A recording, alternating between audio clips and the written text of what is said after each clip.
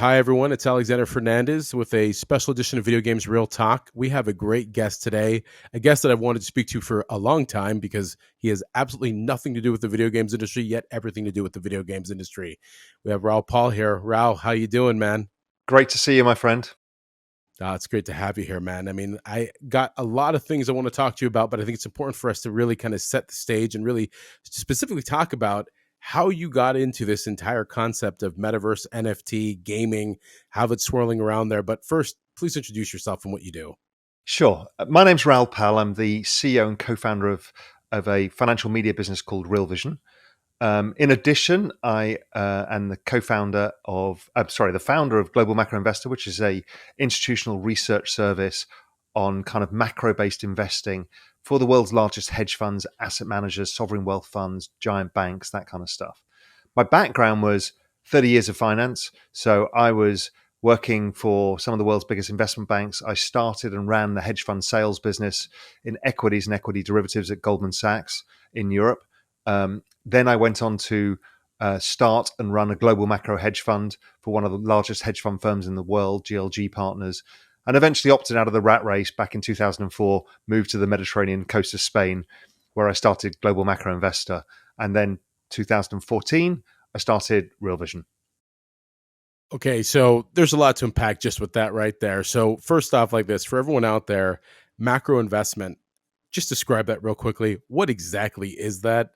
Yeah, so you see people who look at a company and they think, I want to buy their shares. And it'll be based around the earnings and the cash flow and the potential growth of the company, whatever it may be. Macro investing is the opposite. It's looking at economies and how economies work and saying, okay, if that economy is doing good, bad, then how do I want to make money off that? Because the economic cycle drives the price of assets. When I'm talking about assets here, I'm talking about shares, equities. I'm talking about bonds.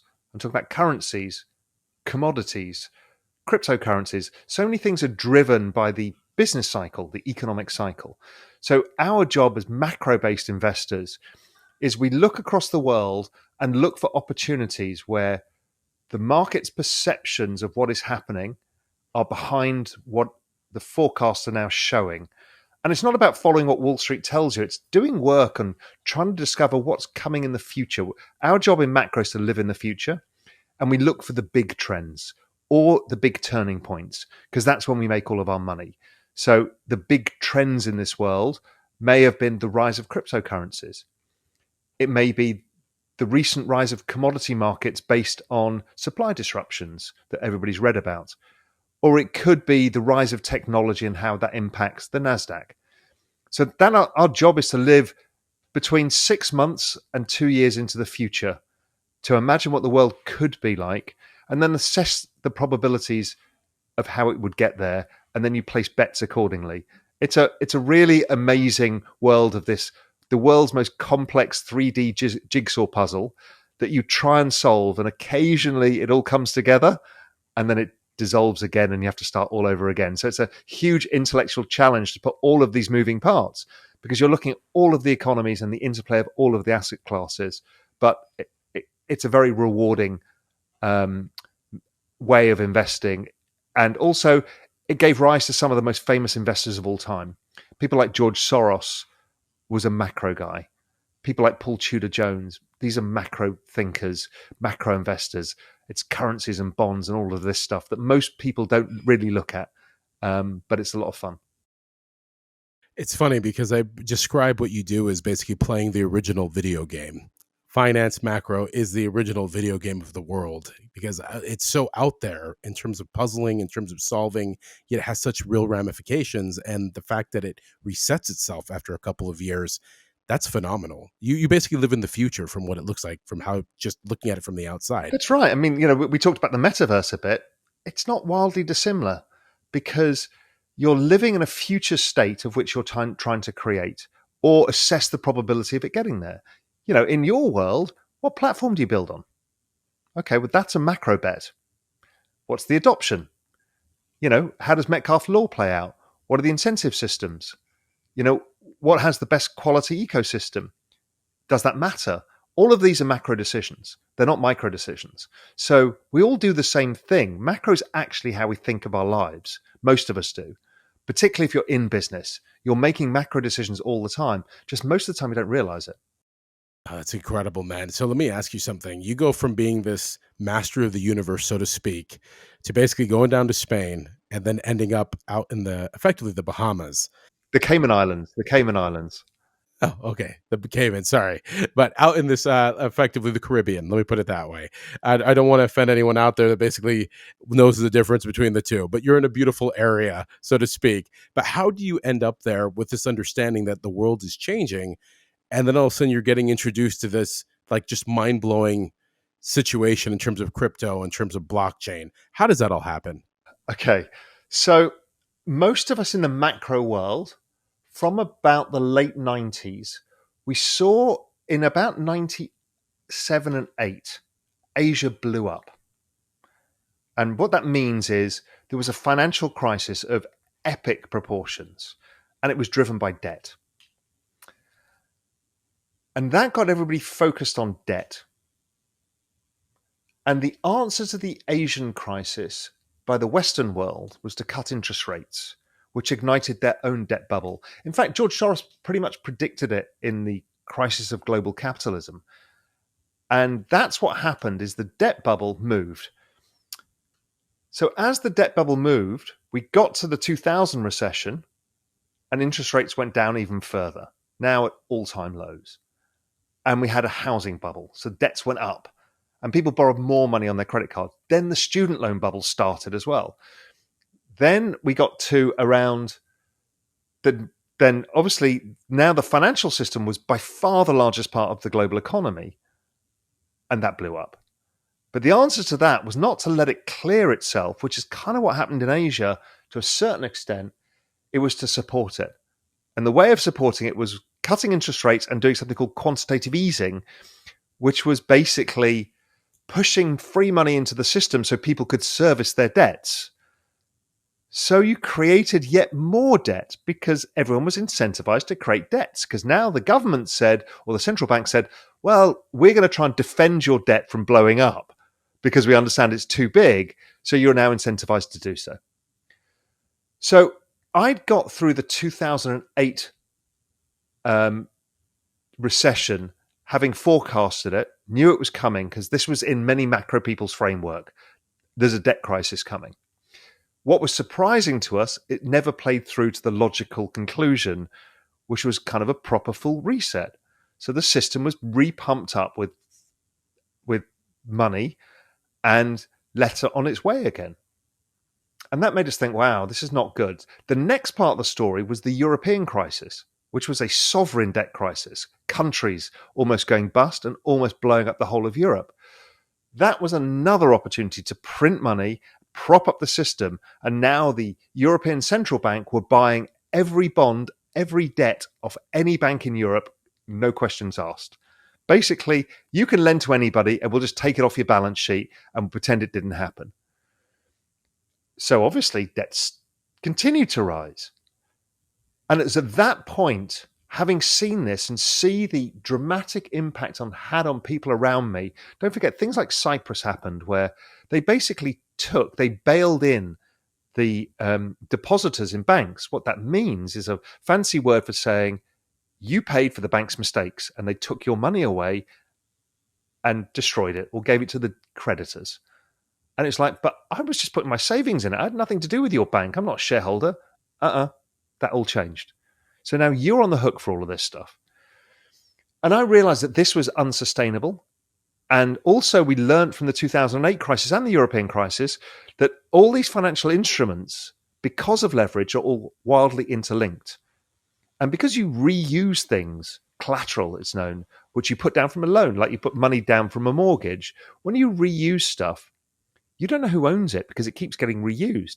I spoke to the Federal Reserve at one point and found out that something like an average US Treasury bond was being reused 32 times within the system. So then you've got a problem of who owns what if everything goes wrong. And then it was a guy called Emil Woods that you and I were talking off air a second ago. I was looking at setting up the world's safest bank with a few global macro investors subscribers. Slightly hubristic thing to do, but I thought I'd give it a go. And it was bloody hard. If anybody's tried setting up a bank, it is not easy. So we went to Singapore, we went to Hong Kong, we went to Switzerland and the US trying to set this up. And then Emil said, you don't need to. Look at Bitcoin and look at blockchain. Because this is an asset that is not encumbered, meaning you can prove ownership and is fast and secure and you can transfer it and all of these things that meant it could be the basis of a financial system that was better. I saw that and I bought it immediately and I got it. And I wrote one of the first research papers on the macro perspective of Bitcoin back in 2012 or 13, which was saying, okay, if this is like gold, then the value with gold at $1,300, Bitcoin should be worth about $1 million. And that made waves, obviously, because it was worth, currently at the time, was $200. And, you know, I think that forecast will end up being pretty right in the end. But that's what I'd realized. And then I was an on-off investor in this space. And I sold that in 2017 early, and I'd made 10 times my money and felt like a hero. And I should have held on because the stuff I bought at $200, I sold it at $2,000 and it went to $20,000. But I then focused on the space still, but I wasn't an investor. And this was the rise now of Ethereum and other blockchains. And I could see where this is going. Emil, again, had talked me through smart contracts and what it could mean for everything from the insurance industry to all sorts of different applications.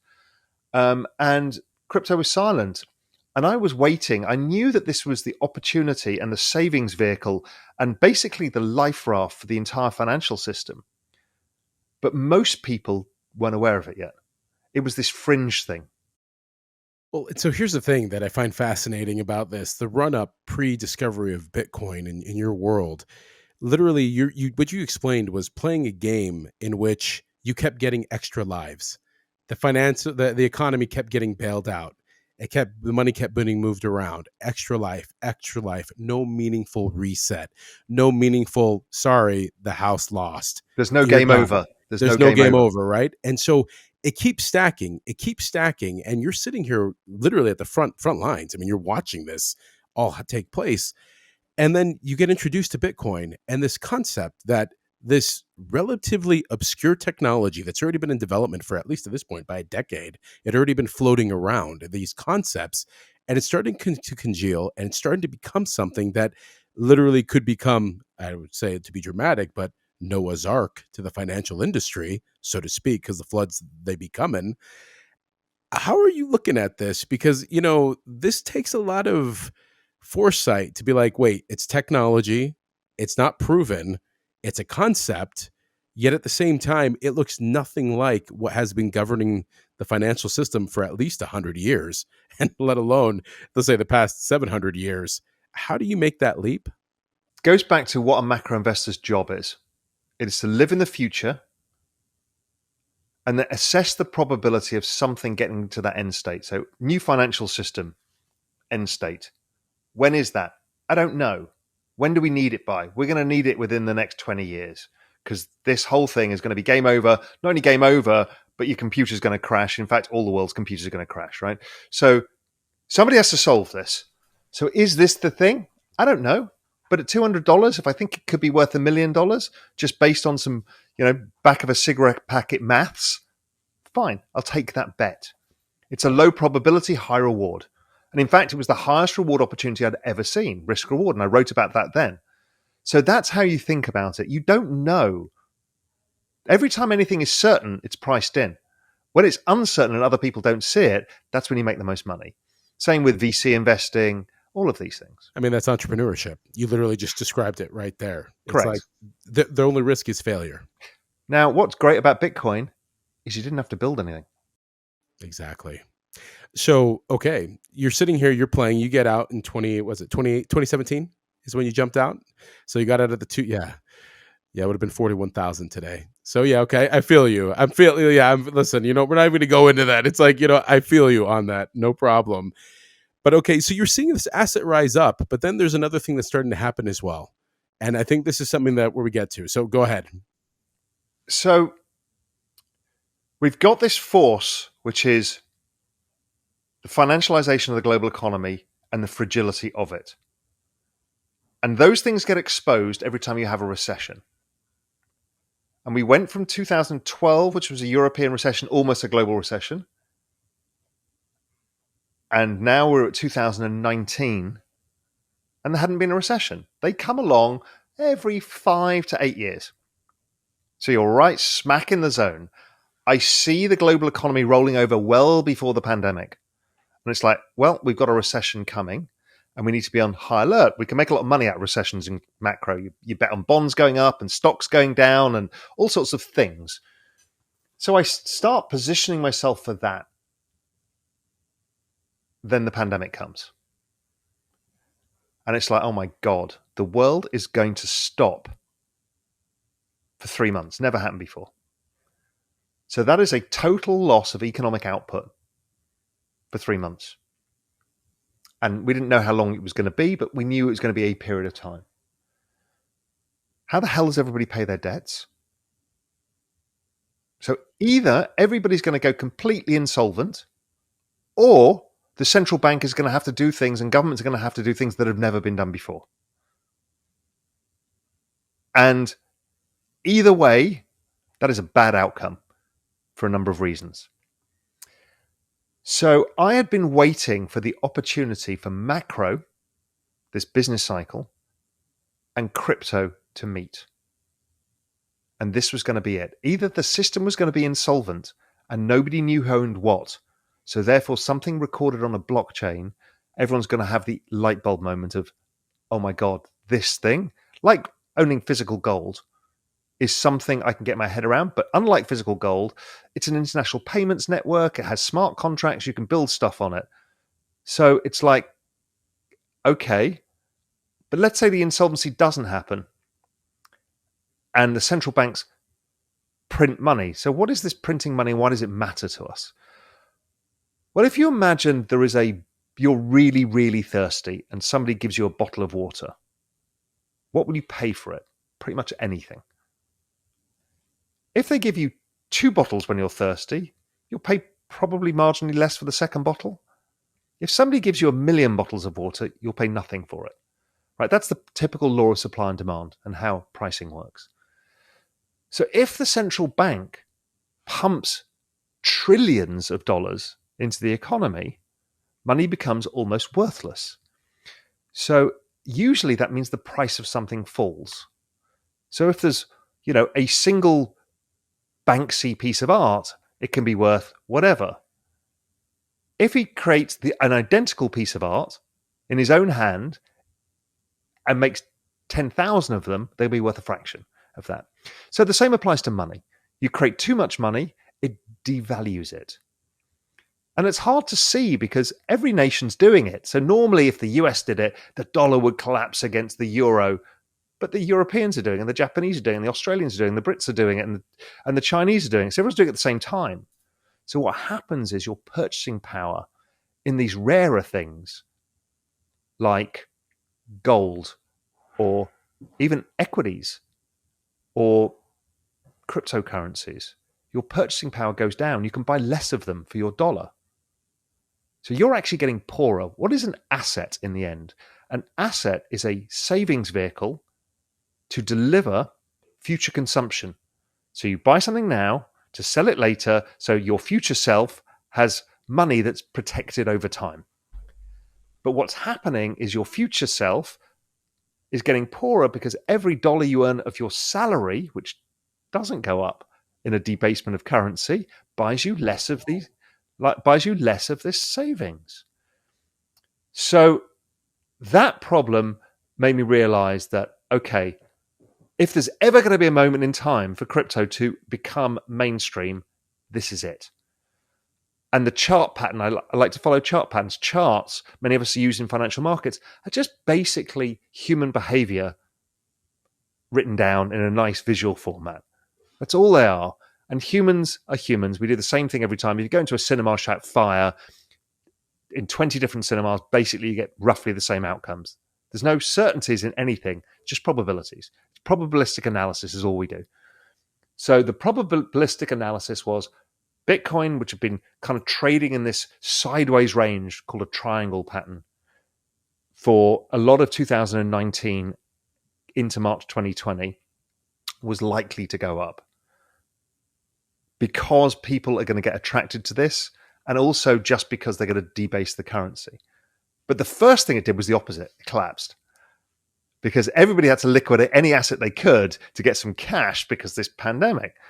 So that spooked a lot of people. They're like, oh no, this not this. And then it took off like a rocket ship, broke 10,000, and then by the end of the year it was at 30,000. So it had gone 300%. This is an asset class. And that was this moment in time that I've been waiting for. This is the moment in time that I really stepped up my exposure personally and also publicly to say, listen, I didn't like it in 2008 and 2012. I didn't have a ability to get the message across of what was coming, even though I'd forecasted it. It's one of the reasons I set up Real Vision, to make sure that people had a level playing field of information so they get access to all the world's great minds so that they can see what's going on. And then I could use this to my advantage to tell people, listen, this is your opportunity to save yourselves. So when obviously this is it's a moving story in many ways, because on one side you played on the front end, then you went through basically, I wouldn't say like a conversion, but yes, effectively you saw how the game is played and you see the ramifications of what happens when you win or lose on both sides. Now we have the entire world effectively in a collective moment in 3 months, not knowing if they're basically going to be at the end of the days or not, only to come out and realize that this piece of technology that was created with the idea that it could effectively make it fair, democratize, or in a way make it transparent how and what we do financially, could be basically the saving grace. Now, as you're coming out of this, and meaning in basically the actual pandemic, well, coming out of the first initial phase of like, hey, we're not all dead, we're alive, and we need to trade, right? Where human behavior is here, humanity continues. You begin to basically realize that not only is that this technology that basically is defying the laws of everything we know in terms of what has been written, in terms of what those charts have said, but there's other technology starting to happen. There's other movements happening because human behavior, we can no longer sit inside of those theaters. We can't go to those restaurants. We still need to entertain ourselves. We still need to shop. We still need to conduct ourselves in some manner. Yet at the same time, how we used to do it has been radically changed because of a virus. Now, take me into how you start to see this concept of metaverse, because when did you first start hearing this word, and all, like, how did that start to brew together into your mind? Look, I mean, we'd all seen Ready Player One and, all of that stuff. And that was future. We knew it was a future most likely to happen. We kind of, all of us kind of who thought about the singularity and artificial intelligence, and we could see where it was all going. We could see how popular gaming was. But this is a two-phase thing to happen to me. Firstly, I was in England seeing my oldest friend, and it was on a Saturday, and his son was in a gaming chair in front of a big screen and had a microphone on and was talking. I'm like, Daryl, what the hell's he doing? It's a Saturday afternoon, it's a beautiful day. He's like, well, he was out playing football this morning, but now he's socializing with his friends. I'm like, what do you mean socializing with friends? He's on his own. He's playing a video game. And he explained Fortnite and how that they're all hanging out together. Yeah. And I was like, at first I wanted to use the typical reaction, this is ridiculous, they're rotting their brains, but I didn't. And it sat with me and I thought, I want to digest this properly. So when Daryl and I were kids, we'd hang out at the local shopping mall and we'd meet our friends on a Saturday and we'd go and have coffee and we'd find out who's having the party and what was going on and who was, who had a crush on who and all of that stuff, right? The normal stuff that you do when you're young. That's right. But these kids were doing it online. Yeah. And I'm like, Daryl, who's he with? He goes, well, he's got two friends in America who are on this. His friend he met in Spain on holiday last year, the guy around the corner, 5 of his mates from school, and somebody else who's now moved out and is living in Manchester. I'm like, whoa. So like older people might use Facebook to contact, they're actually living with their friends in this digital gaming world. So that got into my mind, and I just let it sit there. And I realized, and I started writing articles about gaming Yeah. without seeing the bigger picture yet. So gaming, okay, got that. I could see that was going to be a big part of the future. You know, all of us have had our Oculus Rift. We understood VR. We understood that the world's going somewhere there. Then the pandemic comes along, and we suddenly all turn digital. I mean, even Zoom for us is now, it's a virtual reality for us because we don't meet each other anymore. We don't kind of need to. I'm pretty comfortable. I have drinks with people on Zoom and have a coffee and chat. And in fact, you and I have met on Zoom, and Yeah. it's normal. But this is a digital rendition of me and a digital rendition of you, Absolutely. and yet it's completely normal. And that point, I realized, okay, this is going to accelerate all of this, because I'd already seen that humans were forming tribal communities or communities themselves online, and that those people wanted to socialize with each others, and that was actually changing what borders actually meant, or sovereign states. Absolutely. And so I could see that if you were a Rottweiler lover, you would hang out with a bunch of Rottweiler lovers, and somebody could be in Mexico and somebody could be in Taiwan, and it made no difference. You shared the love of the same thing, which is a certain breed of dog, and you might be on social media hating on the Chihuahua lovers because they're a different group and they don't know what they're doing. Yeah, everyone got into the niche. It was the niche of the niche of the niche. We That's got into right, micro niches. So but you absolutely. could. Yeah, you could. Yeah. But now you start putting the two and two together and thinking, well, if they're already doing it in Fortnite, why can't we kind of live in that niche? Why do you need to operate in society at all?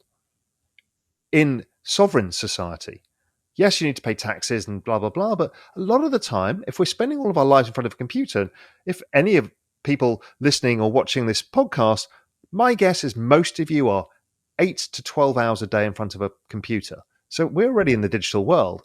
It's just not optimized for us yet. So I kind of got all of this, and I knew that crypto was starting to make inroads as the system of money for all of this, for the internet itself. But that's as far as I got to. And then somebody said to me, you need to meet Piers Kicks. And Piers Kicks was an analyst and investor at Delphi Digital, which is probably the most prestigious crypto research firm. He's now gone into Bitcraft, which is a VC. So I'm like, okay, fine. So I get this article about the metaverse, and it kind of stopped me in my tracks. I'm like, oh my God, that's one of the best things I've ever read. So anyway, so I get this kid on. I mean, Pierce is like 24. Annoyingly, looks like a young Orlando Bloom. He's an English guy. He's incredibly good looking and stupidly smart. He's got this guitar hanging behind him, and he's just like annoying. That's winning, man. That's winning right there. He found alpha. And then he unveils this nexus between crypto and the metaverse, and where this is all going, and how this is the system of money and the system of value for the metaverse, and how people are yield farming, and how they're creating markets for skins and swords and levels in the game, and how that's being sold, and people are earning money in the Philippines and being in Axie Infinity. And suddenly my mind explodes, and I'm like, what I thought was the future is actually the past. Yeah. And the present was further ahead than I thought, right? And my job as a macro guy was to live in the future. I had missed this. But it had happened very fast. Most of this stuff had basically happened in the last year. This is the same time in crypto we see the explosion of decentralized finance, DeFi, non-banks lending money, algorithms lending money, and stuff that banks did. There's all of this stuff starts happening all at the same time. And then you start, and the other thing that had come over this period is the concept of social tokens. That let's say that those communities online, the Rottweiler lovers that we talked about before, well, because they transfer value, they've got pictures and they've got, products for their Rottweiler and, special chew toys and whatever. Well, how you organize complex adaptive societies usually is through a system of money. Yeah. And the gaming world have figured this out. It just wasn't fungible. Yeah. So the moment you add a fungible money system that you can transfer from one world to the other, and you give it to a community, complex adaptive societies, that's religion, sovereign states, or large groups, generally ruled by sort of a mission, a set of societal rules, and a system of money or value exchange. And that was missing, the value exchange, the money part, until Absolutely. crypto came along. And Yes. then it created, because right now in the gaming world, before this, in the gaming world, all of that stuff was worthless when you left the game. Yeah, no. And it was pure passion. We just call that the passion economy. Basically akin to I work for free. And then it became the real economy, and you work for something that has real value, that is transferable. Then the rise of NFTs come, and you realize that skins can be owned and traded in a way that was better than were being traded because it was complicated. But NFTs change all of that. So now you've got the unlock for the gaming world to turn the gaming world from a passion economy into the future global economy. That moment where you realize, oh my God, this is a new economy. Like where, I mean, was it profound? Is it something in my mind that you're just like eureka? Or is it just like, wait a second, this is really an economy. This is a layered economy on top of the real world, but it's just as real, even if it is digital. Did that dawn on you, or was that a slow roll that then all of a sudden you're like, wait a second? No, it was the epiphany of after Pierce kicks. I, tend to try and digest some of the things I've learned without making too quick a judgment on it. Right. And I kind of had the holy shit moment. Yeah. And most people, I don't think, had really realized it. I was one of the first people to start saying to people, I don't think you realize we've just discovered the Americas. Yeah. I saw when you started saying that, and I was like, you are so right. It's like, we just discovered Earth. It's like, here it is. It's untouched, unclaimed, ready for you. And what is it going to look like? What does it do? What Yeah. societies can you build on it? We have no idea. Yeah. And that's where becoming the macro investor becomes fun again. Because here we are with even more unknowns, Yeah. but the upside, as you've just pointed out, is gigantic. Yes. So what a world to play in. And it levels the playing field, everybody. Because if you think in this world, let's say we move education to the metaverse, which is a shoe-in guarantee. Guaranteed. So you are Harvard and you're in the metaverse, and you're a kid from Ethiopia with no money or whatever university. Now you can compete on a level playing field because you don't need to go and live in the United States. Your relative cost of education could be less because Harvard can scale education better because education becomes a SaaS business. But not only that, any prejudice based on rate, height, anything, any prejudice at all disappears once you use an avatar. That's true. Everybody is equal. You have no idea who's the billionaire, who's the trash carrier, who's the kid living in the favela in Brazil, or who's the kid growing up in Greenwich, Connecticut. You have no idea. Okay, that is powerful. So then all jobs, because we're moving towards the digital world and software is eating the world, all jobs go into this metaverse because it becomes a profound driver of GDP or a new GDP. So therefore, you're going to open up opportunities to people who never had these opportunities before. And that's already happening. And that's just started. That's really the last 2 years in the gaming world. When you've added money into it, you're starting to change lives. And it's barely started because people still think of the game. This is not the game. Life is going to be the game. So let's freeze right here, because you literally hit something I think is extremely important, that the metaverse itself with crypto and NFTs, would you say that is the reset that you expected, or that you think is going to be the way for the new value to be created? As we said, there were all these extra lives coming in, financial crisis, the sovereign crisis, all these crises that have yet to fully play out. Do you believe this new economy coming could be the spillover, or at least the place where everyone else goes? No. Hey, Bigger concept. help me. So I think that crypto is the life raft, Okay. the Noah's Ark. All right. Right? That's where we can move our savings and a financial system across Okay. in a migration, because we've learned that we're not going to see a collapse. We're going to see a debasement of our earnings power and our savings. Okay. So slow reduction of value over time. So we'll see them destroy it over time with Right. the tail risk, the smaller probability that everything blows up. So given that, we'll all start migrating across. Right. So you and I have migrated across already, Correct. and more of our savings and our transactions and our reliance goes into this new crypto world. Okay, that's fine. That's the saving. That's if I could get one message across to everybody, it's get involved in that world first. I know most people here are involved in the metaverse in some way or understand it, but first is the crypto step. Without that, there is nothing. So now we've decided we're humans and we know how to screw everything up. We can now create a new world without sovereign borders because by the end of it, you will lose faith in government. In what format doesn't mean riot in the streets, but you'll want to create your own societies. Now, with tokens, cryptocurrencies, you can have your own currency for your particular community. You can have a token that represents your role in that community. Your and so now you're living in a sovereign state that is not a sovereign state. Hmm. It is a complex adaptive society with a system of money that's happening in a digital world. So this now becomes the future world where you can redo over mistakes or create a world that you want. Now, what's interesting about the metaverse, it's infinitely expandable. So we can both live in different metaverse experiences and never the twain shall meet. Now, which is good and bad. I mean, most of us actually like mixing with humanity. Sometimes we don't because social media has polarized us. This tribalism online has polarized us. But you can, with if you've got a system of money and the world is now digital, you can do anything. So I don't think of it as the savior.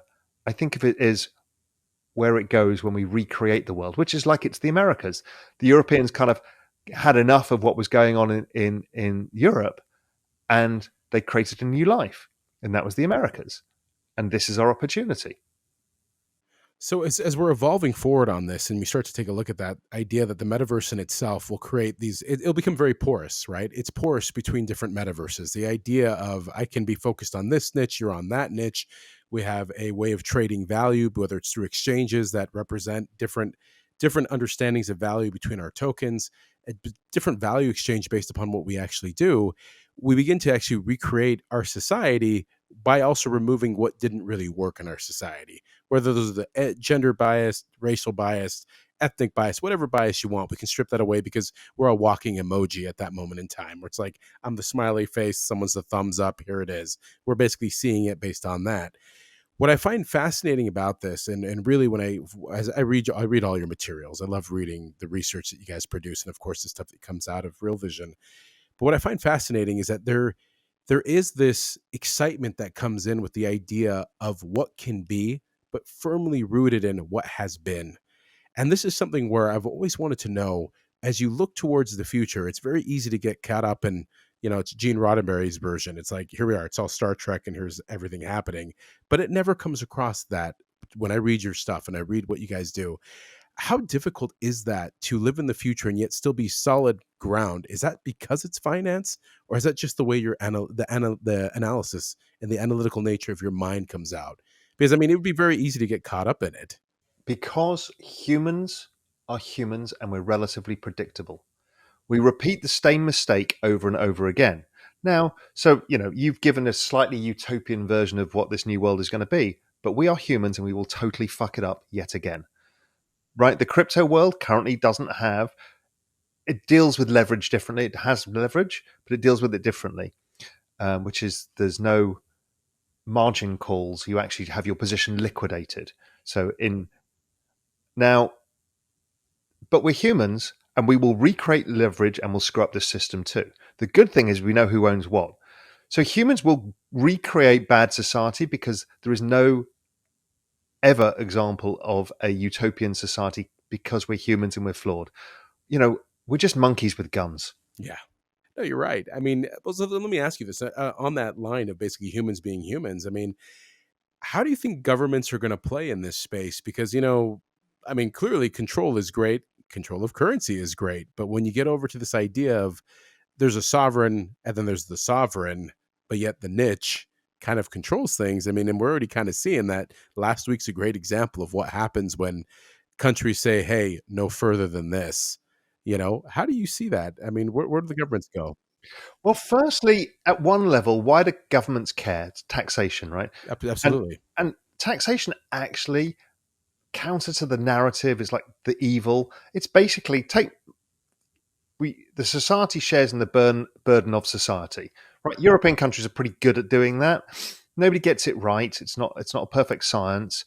People think taxation is theft. It's actually not.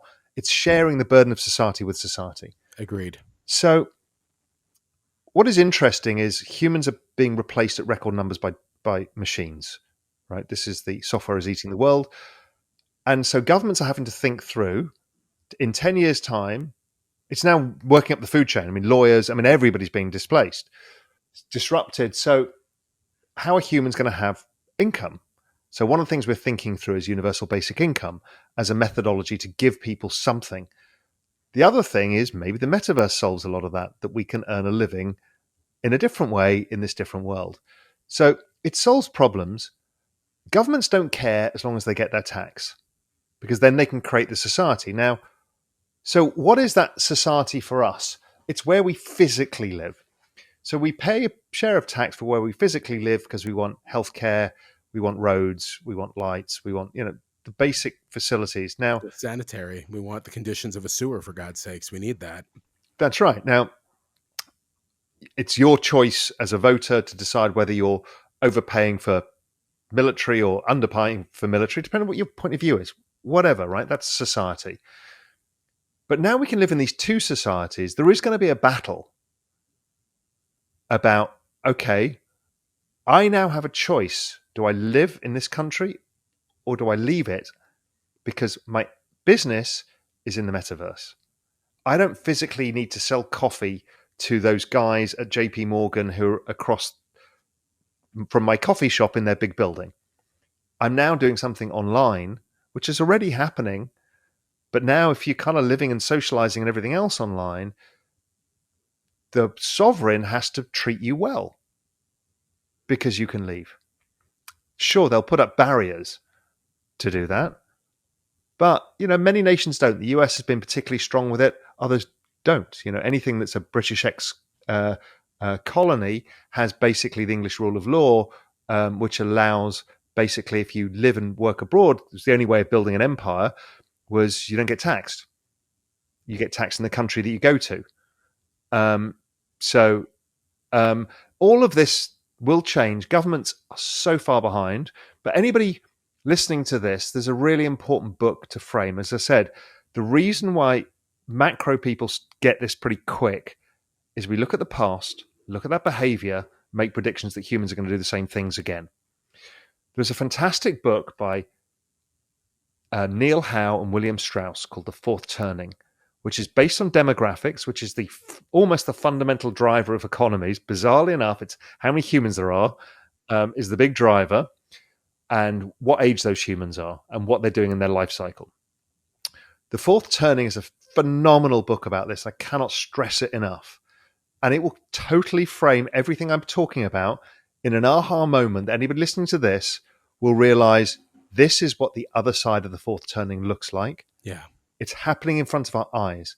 Part of the fourth turning is a complete disruption in how we govern and how society's infrastructure at a societal level operates, i.e. the institutional stuff, the IMF, the World Bank, the Federal Reserve, all of these things, they will probably change, adapt, or die. That is the process of change we're going through. And this new world is showing us that. I mean, if there could not be anything more fourth turning than an entirely new system of bloody money and an entirely new financial system, because the old financial system from the last 40 years, 60 years, broke. And here we go in the fourth turning. Who'd be crazy enough to think we're going to bring a whole system of money into play? But we have. No, absolutely. Well, and I think this is something that it's important for our viewers and listeners out there to realize. It's like, we didn't have to go that far to talk about the metaverse. Just look back at the past 30 years of technology. Go back to 1994, pre-real adoption of the internet, and imagine and remember what life was like. And then in 30 years, look what's happening now. You're watching two guys talk to each other online. Wow. So, to put the crypto thing in perspective, this is really important. 1997, There's 150 million internet users. This is the fastest growing technology the world has ever seen. Just come on the back of mobile phones as well, which were less but growing fast. But the internet exploded that. But the internet was growing 63% a year. We'd never seen anything like it. We're all aware of it because everybody listening to this has been involved in it and everybody sees it. Then crypto comes along. 2021, it's been growing at 113% a year. It's got 150 million users, the same as the internet in 1997. It's growing at twice the speed. It is by far and away the fastest adoption of any modern any technology in all human recorded history. If you extrapolate the maths very simply, you're at 1 billion people by 2024, and you're at 3.5 billion by the end of the decade. We have no comprehension how fast this is moving. Well, okay, so let's take that. Let's take that growth because that's exciting. I mean, effectively, we have the nearly half the world. I'm saying 15 years, 20 years, you've eaten the world. You're going super quick. Now, one thing is to have a system of currency that allows people to trade value. Then you layer on this concept of metaverse, and then you start to see these worlds coming together where people are working and transacting. And from our vantage point, just as a games company looking at it, the adoption of the metaverse in the past 12 months, let's just 12 months. I look back and I can see that basically 12 months ago, made to say the word idea of metaverse, besides it being something that we said in corners and darkly lit corners so people wouldn't laugh at us, was something where basically we're like, okay, yeah, it's coming. We see something there. And then Balenciaga just do this incredible skins NFT drop for the metaverse. Dolce & Gabbana are doing it. Rock stars are having gigs in the metaverse, and we've barely started. Just the pioneers are there, and everybody who sees it has the holy shit moment. When I saw it, I was at the pre-launch of the Dolce & Gabbana NFT, and they had clothing that was physical clothing that was an NFT, and they give you a digital representation in the Unreal Engine in 4K. It was Perfect. beautiful, right? Yeah, beautiful. But then they had clothing that the designers had made that was only digital, of impossible fabrics. And they produced this men's jacket. And I don't really like Dolce & Gabbana, but it was gorgeous. And I'm like, yeah, I'd want that to represent myself digitally online. Hell yeah. Now, the digital world is not ready for this yet. And even they admitted it. It's like, yeah, we can make this, but it's pretty difficult to find enough experiences you can wear that in to make it worth your money. But if you can hold it in your digital wardrobe, i.e. your NFT wallet, and then you can then transfer it to the metaverse that you want and walk around looking like the dude, then okay, oh my God, now everything has changed. We knew it was coming, but to see it, and it's such gorgeousness, and same with the Balenciaga stuff that came out this week, amazing. Yeah, absolutely. Well, grab onto that thought for a second. That gorgeous jacket that right now we can't make because the fabric doesn't exist. Imagine when it does. And then because you hold that NFT, you can go in and say, hey, you know what? I now can get my actual version, physical version of this jacket. Because realistically speaking, the way I see this metaverse all playing out here is your physical and digital persona becomes that unified reality where there will be products that go back. I call it digital fluidity. Yeah, when fluidity. We live in and out living in and out of these worlds fluidly across worlds, yeah, and exactly. physical world to digital world, just fluidly. We don't even notice it. Well, and this is the thing, I think that, again, when you get down to the idea of what NFTs represent for brands in the most basic of terms, it's brand affinity, it's loyalty, it's the willingness for my community to support you. It's community. Exactly. And so in the end, the video games industry has always understood community because, let's be clear, the games industry is only in existence because of a small niche group of people who believed in making games that happened to find other people worldwide who also wanted to make games, and then happened to entertain people who one day would make games. And so understand that armed with knowledge of the power of community, and now you can create money for the community and transfer of goods for the community in NFTs. And we know that a system of digital money has network effects like no other, because the more people who join your network, the more the system of money goes up. That's the value proposition. Yeah. You've created the most powerful business model man has ever seen. Yes. And people haven't got their heads around this yet. I'm working on this stuff right now because I think nobody understands it. I don't think the gaming industry yet understands it. I don't Oh think no, not at anybody all. does. Totally. How big this social tokens movement is going to be in conjunction with the NFTs and then the metaverse and all of this ties together is of an order of magnitude of change of something we've never seen. And it's going to change from businesses that sell stuff to you online. You go onto Amazon, you buy a pair of shoes, whatever it is, it's irrelevant, right? You've got no relationship with the retailer. But you're going to have a personal relationship and be a community member of the brands that you love, the influencers that you love, the music artists, the film franchises. Yeah. And if you can't create a community, you don't have a business. There you go. Basically, everyone becomes a patron of human endeavor at that moment in time. You are literally sitting down, finding patrons who support not only your brand, your product, your technology, your culture, your ethos, but we're going back to this whole human concept. To me, it reminds me of what Greek philosophy was and really what it meant to be Greek 3,000 years ago. The idea that we would sit down and basically develop people's capability across science and art, humanities, and really study that because in the end, that's the whole human. And when I sit there and I think about for the games industry, what it means for us as video game developers, for the first time, we actually can do from the cradle to the grave in our industry. You can literally be born to play, be able to actually sit down and start earning an allowance in a game, become a prosumer by the time you're 16, go professional by the time you've graduated, and you have an income. And there's another thing here that we've not talked about. The gaming industry got super fast, and that the world experts at is in the last 2 decades has been a meteoric rise in a new study of economics called behavioral economics.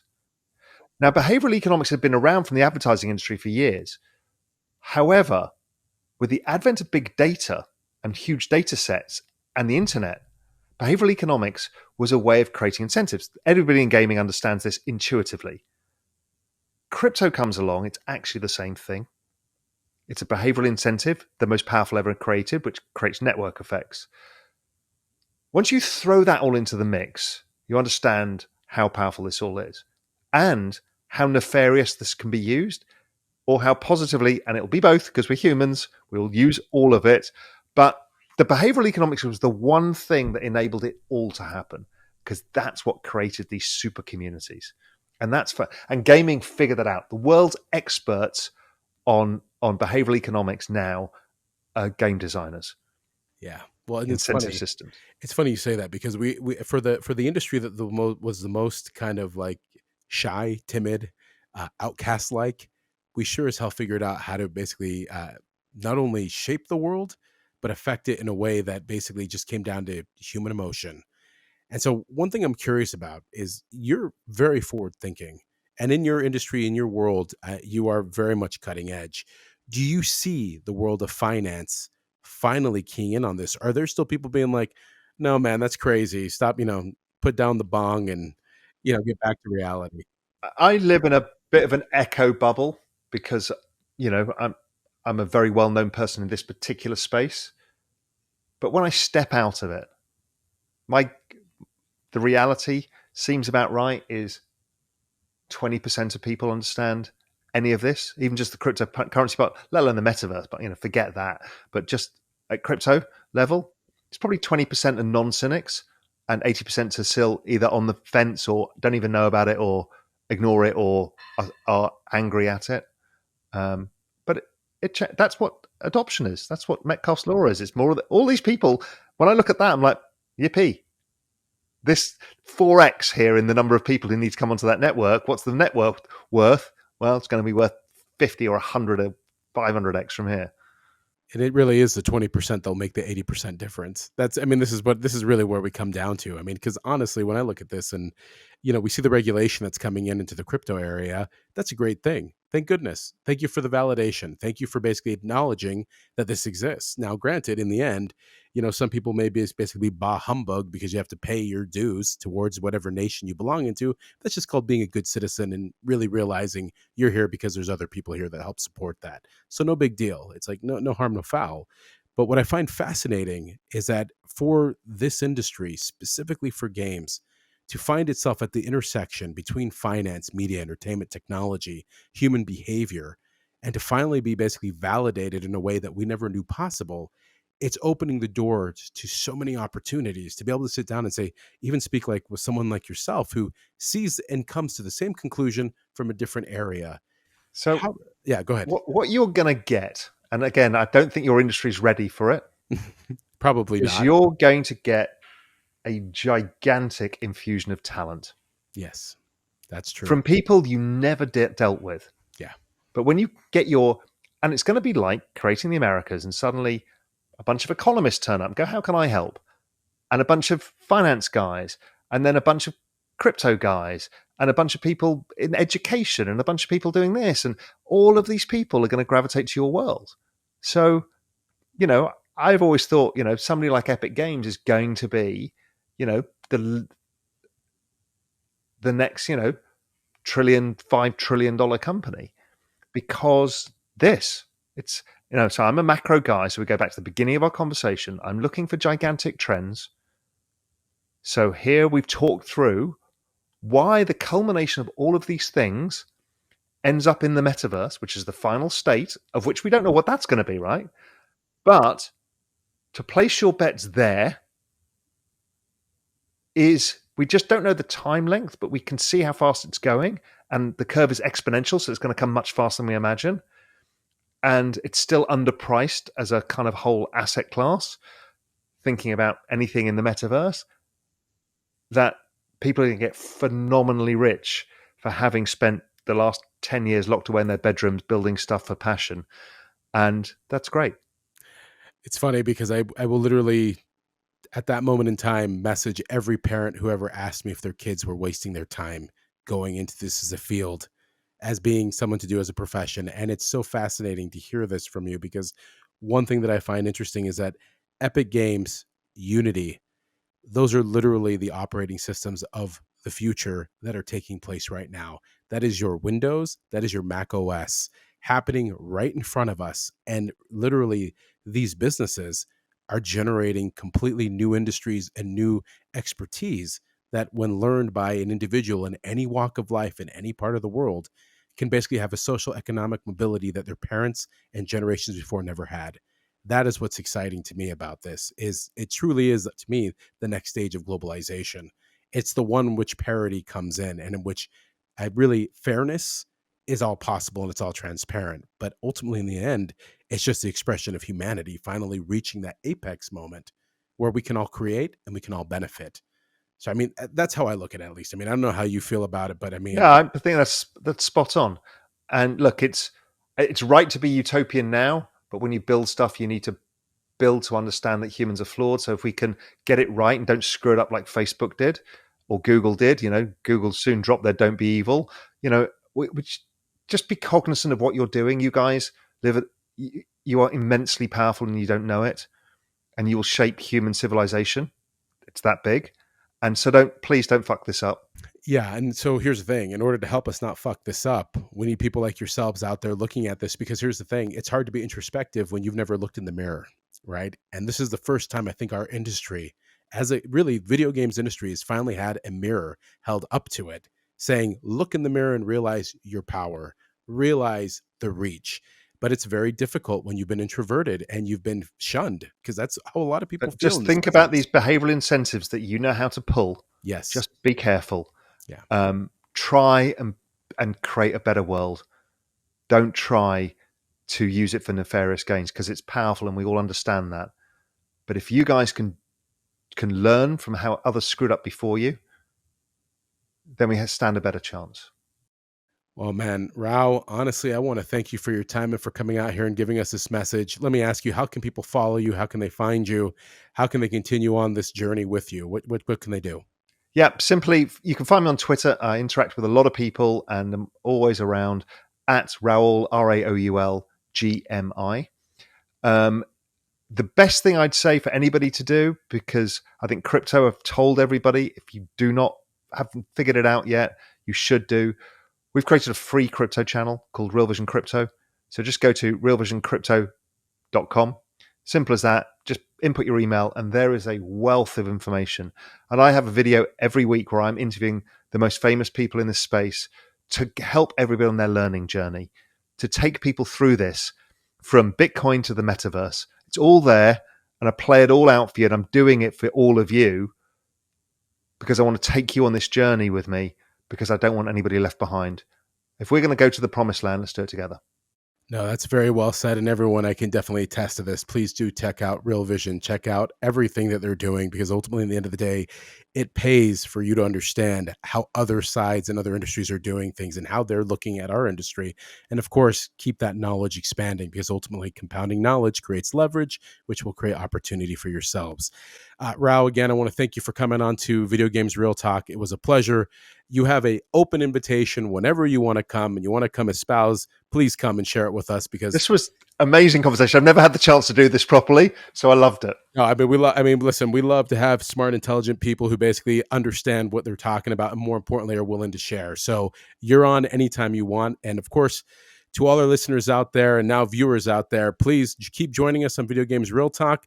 Next week, we're going to have some more fun. And as always, keep your questions coming. You can find us at StarveUp, or you can hit me up, or you can hit us up at VGRT on Twitter, and www.videogamesrealtalk.com. Thanks for joining us this week. We look forward to hearing you and watching you again. Thank you.